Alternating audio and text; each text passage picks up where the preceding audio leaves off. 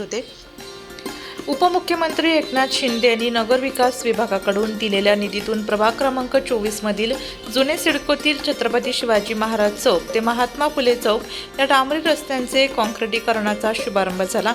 या कामाचे भूमिपूजन शनिवारी दुपारी शिवसेना महानगरप्रमुख प्रवीण बंटी तिदमे आणि नागरिकांच्या हस्ते करण्यात आले। प्रभाग क्रमांक 24 चे माजी नगरसेवक आणि शिवसेना महानगरप्रमुख प्रवीण तिदमे यांनी प्रभागातील विविध रस्त्यांच्या काँक्रिटीकरण करण्यासाठी उपमुख्यमंत्री एकनाथ शिंदे आणि मंत्री दादा भुसे यांच्याकडे राज्य शासनाकडून निधी मिळवण्यासाठी पाठपुरावा केला होता।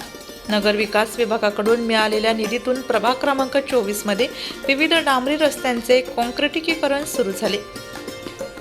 जुने सिडकोतील छत्रपती शिवाजी महाराज चौक ते महात्मा फुले चौक या डांबरी रस्त्यांचे काँक्रिटीकरण कामाचा शनिवारी शुभारंभ करण्यात आला।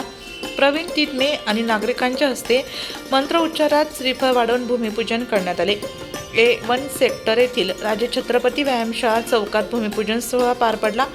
गेल्या 15 वर्षांपासून स्थानिक रहिवासी काँक्रीट रस्त्यांची मागणी करत होते। उपमुख्यमंत्री एकनाथ शिंदे यांनी नगर विकास विभागाकडून दिलेल्या निधीतून लेखानगर ते छत्रपती शिवाजी महाराज चौक, तुळजाभवानी चौक, स्वातंत्र्यवीर सावरकर चौक, हरेश्वर चौक, ESI दवाखाना रस्ता, शांतीनगर अशा विविध भागात काँक्रीट रस्ते आणि पादचाऱ्यांसाठी पेवर ब्लॉक बसवण्याचे काही कामे पूर्ण झाली असून काही पूर्णत्वावर आहे। शनिवारी झालेल्या भूमिपूजन सोहळ्याला रामदास शिंपी, निवृत्ती बर्दे, मिलिंद पळसकर, शब्बीर मुल्ला, धनंजय अमृतकर, श्याम शिरोडे, धीरज चौधरी, शरद नंपूरकर, सुनील निकुम, हेमंत कोठारी, प्रकाश तोंडे, राहुल गणोरे, गिरीश पाटील, भगवान शेळके, हेमंत पगारे, राजेंद्र मोहिते, राजा डिंगोरे, अतुल बिरारी, प्रसाद जगताप, राजू देशपांडे, अमोल बोहरे, दीपक पगारे, संजय भालेराव, रुपाली मोहिते, सोनल तिदमे, सोनाली पाटील, सुरेखा पवार, सुषमा शिरोडे, मंगल पाटील, शेन अन्सारी, मालिनी परदेशी, उषा माळोदे आदींसह परिसरातील महिला वर्गासह नागरिक मोठ्या संख्येने उपस्थित होते।